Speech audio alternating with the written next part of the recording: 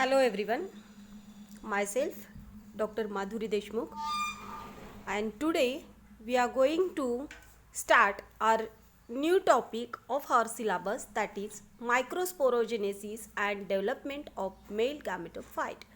In previous lecture we have studied about structure of anther. Now let us discuss about development of male gametophyte and microsporogenesis. So friends, we can observe here given diagram. This is the structure of pollen grain, young microspore showing the outermost layer exine, which is followed by intine, then nucleus and cytoplasm. In next image we can observe here the generative cell and vegetative cells, means tube cells. Vegetative cell is also called as a tube cell. So formation of two cells along with prothelial cells, means this is the image B is 3 cell stage.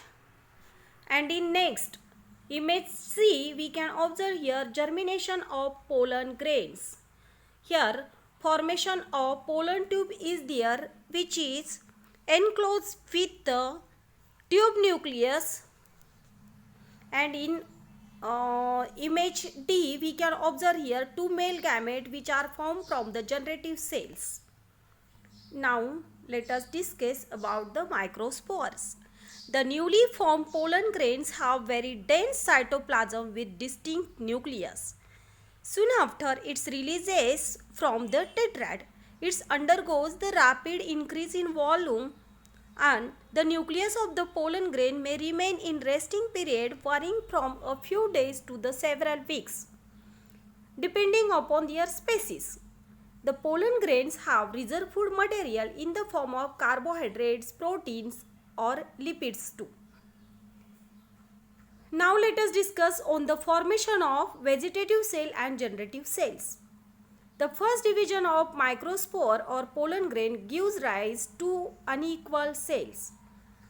That is, the first is the larger size cell called as a vegetative cell, which develops into the pollen tube, and the next one, which is smaller in size, called as a generative cells, which with the subsequent mitotic division it again forms the two male gametes or sperms. Gittler in 1935 observed that the metaphasic spindle usually shows the pronounced asymmetry, the valveward pole being blunt and the free poles acute. The cause of this, however, the microspores of the same tetrad show same stage of development, but a complete synchronization is observed in the Moaculi or Pollinia, where microspores are united together in a Asclepiadaceae or Orchidaceae family, or Orchidaceae we can call it as. The generative cell is either cut off inner side or on the outer side or on the radial wall or the corner. The generative cell soon loses contact with the wall of the microspore and come to life freely in the vegetative cell. Immediately after the detachment, the generative cell is spherical. Variation in shapes like elliptical, lenticular, spindle shaped or sometimes vermiform have also been observed in different species. The generative cell contain all usual cell organelles except plastid, with a few exceptions. The nucleus smaller but contain higher amount of DNA. The generative cell either divide when the pollens are still within anther, or it may take place after the pollen discharge. The two male gametes or the sperms are formed and discrete cells, and their cytoplasmic sheath persists through their course in pollen tube. The tube cell which encloses the generative cells will produce the pollen tube, a structure essential for sperm delivery to the egg. Now let us discuss on pollen wall. pollen grains rather uniform in a wall architecture. Tected exine and a pillet exine. A mature pollen wall shows two distinct layers, outer exine and inner intine.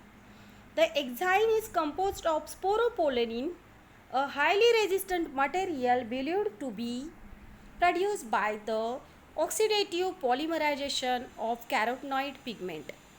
The sculptured part of the exine is made up of radically oriented rod-like vacuolae which may remain open or covered by a roof or tectum. The exine covers the entire pollen grains except germinal aperture germ pores, where it is absent or highly reduced. In a tected grain, the void between vacuole open to outside through perforation termed as a microspores. The exine is composed of an outer